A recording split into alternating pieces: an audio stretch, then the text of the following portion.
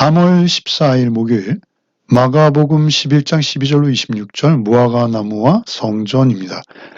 오늘 본문은 소위 예수께서 성전을 깨끗게 하신 사건, 성전 청결을 기록하고 있습니다. 그런데 그 앞과 뒤로 샌드위치 구조, 소위 말하면 보따리 구조라는 구조를 가지고 있어요. 그 앞과 뒤로 무화과 나무의 표적이라고 해야 할까요? 비유라고 해야 할까요? 그 표적을 보이시면서 그 표적을 통해서 어떤 비유의 말씀을 의도적으로 설명하시기 위한 그러한 표적을 보이시는 것이죠. 그 성전이 심판받아야만 하는 이유, 그것을 설명하시기 위해서 무화과나무의 표적을 보이시며 그것을 성전의 비유로 활용하시는 것입니다. 본문을 보면서 그 내용을 나누어 보겠습니다. 12절로 14절을 먼저 읽겠습니다. 이튿날 그들이 베다니에서 나왔을 때 예수께서 시장하신지라 멀리서 잎사귀 있는 한 무화과 나무를 보시고 혹 그 나무에 무엇이 있을까 하여 가셨더니 가서 보신즉 잎사귀 외에 아무것도 없더라. 이는 무화과의 때가 아님이라. 예수께서 나무에게 말씀하여 이르시되 이제부터 영원토록 사람이 내게서 열매를 따먹지 못하리라 하시니 제자들이 이를 듣더라. 예수께서 이튿날 예루살렘에 입성하시고 그리고 베다니에서 하루를 지내시고 다시 예루살렘으로 들어가시는데 예수께서 시장하신지라 12절에 13절에 멀리서 잎사귀 있는 한 무화과 나무를 보시고 혹 그 나무에 무엇이 있을까요? 가셨는데 보신즉 잎사귀 외에는 아무것도 없더라. 이는 무화과의 때가 아니라 잎사귀만 무성했지 거기에는 열매가 전혀 없었다라는 것이죠. 그러니까 이 표적을 통해서 비유하시고자 하시는 것은 무엇입니까? 성전의 제사 행위는 많은 볼거리를 제공하고 굉장히 장엄하고 엄숙한 외형을 지녔으나 또는 성전 건물도 장대하여 화려했으나 그 제사의 본질은 하나님의 영과 진리로 하나님을 향해서 진실한 제사가 되어야 할 터인데 그 경배와 예배는 전혀 없어진 허울뿐인 제사였다라는 것이죠. 본질에는 관심도 없고 예식과 허례허식에만 집중하고 있었던 것이죠. 더욱이 마가는 아직 무화과의 때가 아님이라 라고 부연 설명하고 있어요. 무화과 열매를 맺을 때가 아니었다라는 점을 강조하고 있다는 것이죠. 이것은 무엇입니까? 예수께서 이 무화과 비유를 통해서 드러내시고자 하는 어떤 의도가 있으시다라는 것이죠. 열매의 때도 아닌데 열매 없는 것을 꾸짖으십니다. 그때는 심판의 때는 하나님이 정하시는 것인데요. 이 무화과 나무를 저주하시고 그 무화과 나무에서 영원토록 열매가 없을 것을 선언해 버리시죠. 사실 무화과는 구약에서 이스라엘 전체를 대표하는 그런 나무로 상징성을 갖습니다. 왜 이렇게 하시는 것일까요? 그것은 그들에게 형식만 남았지 내용이 없어졌다라고 지적하시는 것입니다. 말씀드렸듯이 이 보따리 구조, 샌드위치 구조에서 그 가운데 부분에 해당하는 15절과 19절을 읽겠습니다. 그들이 예루살렘에 들어가니라 예수께서 성전에 들어가서 성전 안에서 매매하는 자들을 내쫓으시며 돈 바꾸는 자들의 상고와 비둘기 파는 자들의 의자를 둘러엎으시며 아무나 물건을 가지고 성전 안으로 지나다님을 허락하지 아니하시고 이에 가르쳐 이르시되 기록된 바 내 집은 만민이 기도하는 집이라 칭함을 받으리라 하지 아니하였느냐?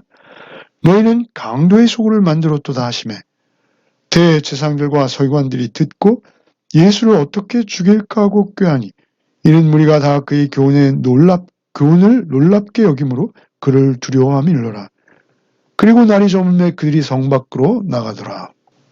어제는 둘러보기만 하셨던 예수께서 이제 성전에 들어가십니다. 그리고 성전에 들어가서 15절에 성전 안에서 매매하는 자들, 돈 바꾸는 자들과 비둘기 파는 자들의 의자를 둘러엎으셨다 하는 것이죠. 사실 이러한 장사하는 분들은 표면적인 죄요. 그 뒤에서 그들을 세워둔 제사장과 서기관, 종교, 그리고 종교와 정치가 일치하는 사회 속에서 그 기득권과 한통 속으로 돌아가는 그 이익 집단의 장사터전이 되어버린 성전을 청소하시는 것입니다.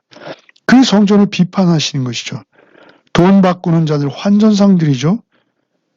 그 성전세를 내는데 그것이 외국 돈이거나 성전에서 받을 만한 화폐가 아닌 경우 그것을 환전해주는 명목으로 고액을 착취하는 자들, 비둘기 파는 자들, 재물을 심사하는 자들과 결탁되어서 비둘기를 그들에게 살 수밖에 없는, 오히려 가난한 자들이 비둘기를 드릴 수밖에 없는 처지에 그 비싼 값으로 비둘기를 사야만 하는 그러한 비둘기 파는 자들의 의자를 둘러엎으시고 아무나 물건을 가지고 성전을 지나다니면 허락지 아니하셨다는 것입니다.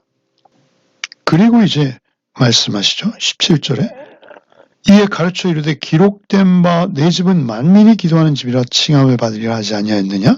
너희는 강도의 소굴을 만들었도다. 이것은 이사야서 56장 7절과 예레미야 7장 11절을 인용하시는 것이죠. 내 집은 만민이 기도하는 집이요.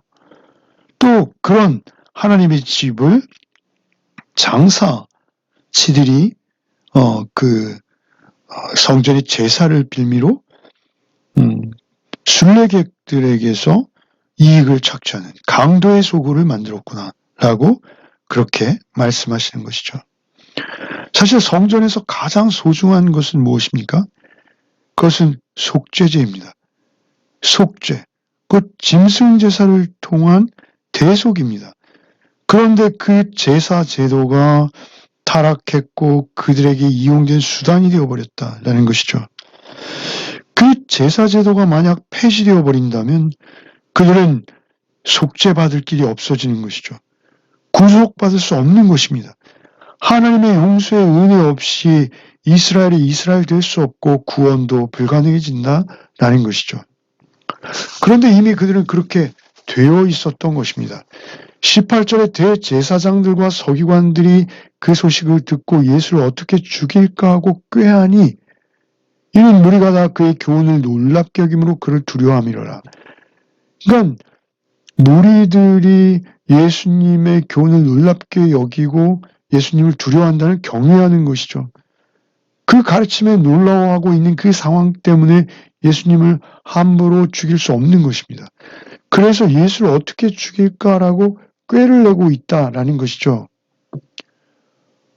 참으로 그들이 악합니다.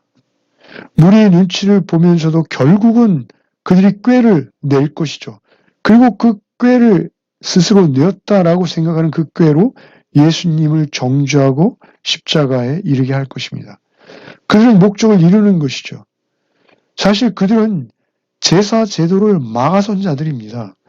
자신들도 구원을 못 받을 뿐만 아니라 남들의 구원의 길도 막아버린 그들. 하나님을 향해서 그들은 돌이킬 수 없는 길을 걷고 있었던 것이죠. 그리고 그 성전 제사 제도는 이제 하나님의 때가 되어서 하나님의 아들, 성전 되시는 하나님의 아들로 대체되어지는 그러한 순간이 오고 있는 것입니다. 그리고 이제 다시 그것을 정확히 비유하시는 나머지 무화과, 열매 없는 무화과의 비유를 이어가시는 것이죠. 20절부터 읽겠습니다. 그들이 아침에 지나갈 때 무화과 나무가 뿌리째 마른 것을 보고 베드로가 생각나서 여짜오되 랍비여 보소서 저주하신 무화과가 말랐나이다. 예수께서 그들에게 대답하여 이르시되 하나님을 믿으라. 내가 진실로 너에게 이르노니 누구든지 이 산더러 들려 바다에 던져지라 하며 그 말하는 것이 이루어질 줄 믿고 마음에 의심하지 아니하면 그대로 되리라. 그러므로 내가 너에게 말하노니 무엇이든지 기도하고 구하는 것은 받은 줄로 믿으라. 그리하면 너에게 그대로 되리라. 서서 기도할 때 아무에게나 혐의가 있거든 용서하라. 그리하여야 하늘에 계신 너희 아버지께서도 너희 허물을 사하여 주시리라 하시니라. 그들이 이제 아침에 지나갈 때 저주했던 그 무화과 나무가 뿌리채 말라 있는 것을 보게 되었어요. 그래서 21절에 베드로가 주님께 여쭙죠. 라삐어 보소서 저주하신 무화과가 말랐나이다.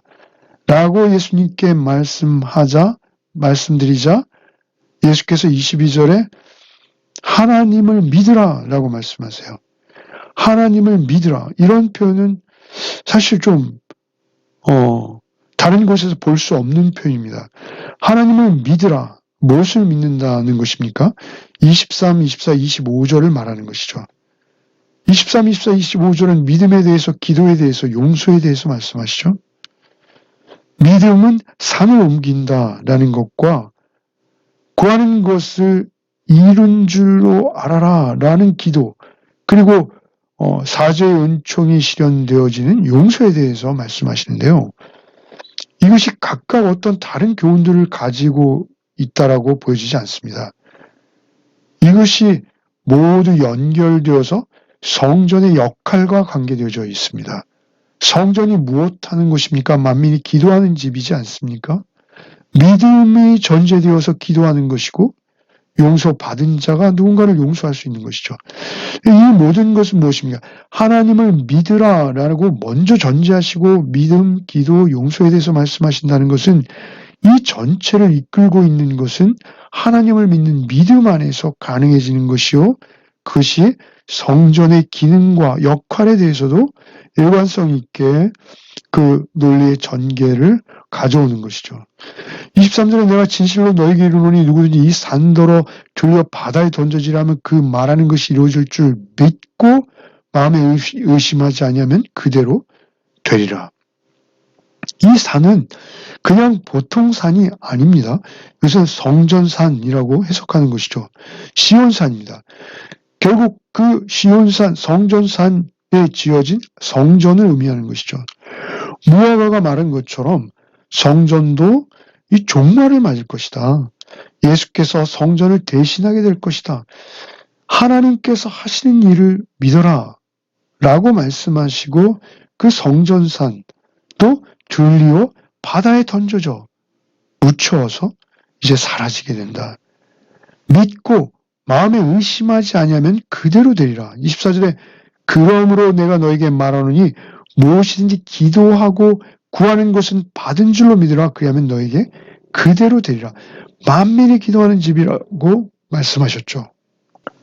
앞서 17절에 내 집은 만민이 기도하는 집이라고 말씀하셨어요. 그래서 그 기도의 능력을 강조하시는 것이죠. 그리고 이어지는 내용이 무엇입니까? 25절에 서서 기도할 때 아무에게나 혐의가 있거든 용서하라. 그리하여야 하늘에 계신 너희 아버지께서도 너희 허물을 사하여 주시리라. 용서하면 용서해 주겠다라는 말씀이 아닙니다. 이것은 성전 제사의 가장 중요한 요소인 기능인 대속입니다.